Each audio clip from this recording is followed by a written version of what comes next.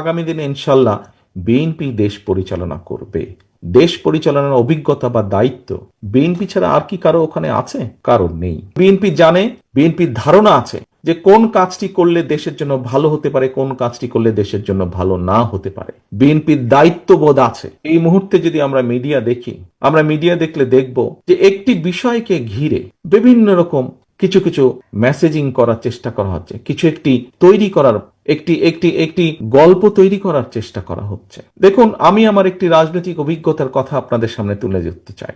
এই অভিজ্ঞতা আমার যেমন আছে, এই অভিজ্ঞতা মহাসচিব সাহেবের আছে, এই অভিজ্ঞতা মঞ্চে উপস্থিত রিজভী সাহেবের আছে, এই অভিজ্ঞতা মঞ্চে উপস্থিত আমাদের ছাত্রদলের সভাপতি, সেক্রেটারি, আমাদের ছাত্রবিদের সম্পাদক বকুল সহ অনেক নেতৃবৃন্দের আছে। আমরা যখনই বিভিন্ন মানুষের সাথে কথা বলি, এই দেশে আমি যুক্তরাজ্যে আছি, এখানেও যখন বাংলাদেশি মানুষের সাথে দেখা হয়, প্রত্যেকে বিভিন্নভাবে তাদের কিছু কথা তুলে ধরেন। আপনারা যেরকম তুলে ধরেছেন, কেউ বলেছেন প্রশাসনকে এটা বলে দিতে, প্রশাসনকে কঠোরভাবে নিয়ন্ত্রণ করতে অথবা ঠিকভাবে গাইড করতে, কেউ বলেছেন বিচারের কথা, বিভিন্ন জন বিভিন্ন পরামর্শ আপনারা দিয়েছেন। এভাবে বিভিন্ন মানুষ পরামর্শ দেয়।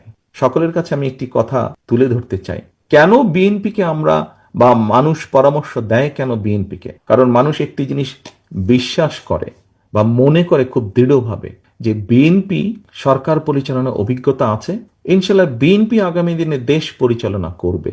যে যেই কাজটা করতে পারে, আমি এটি তালি বাজানোর জন্য দেইনি, কিন্তু আমি একটি জিনিস বোঝানোর জন্য দিয়েছি, বলছি আপনাদেরকে।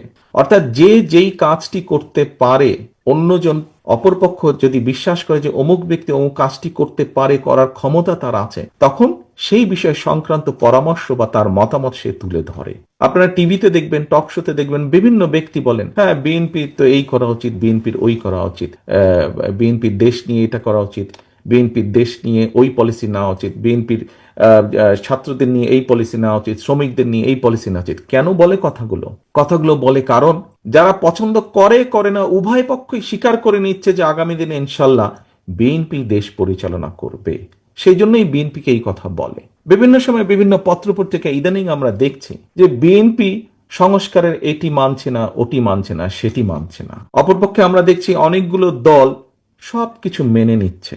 আমাদের নেতৃবৃন্দ বলেছেন যে এখানে তো আমরা এসেছি আলোচনা করার জন্য, যদি সব মেনেই নিতে হয় সেটি তাহলে আলোচনার দরকার ছিল কি? সরকার বলে দিত যে এই করতে হবে, কিন্তু আলোচনার জন্যই ডাকা হয়েছে।